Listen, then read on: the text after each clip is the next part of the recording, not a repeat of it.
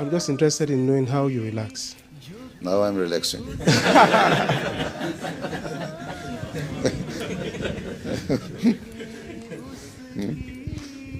See?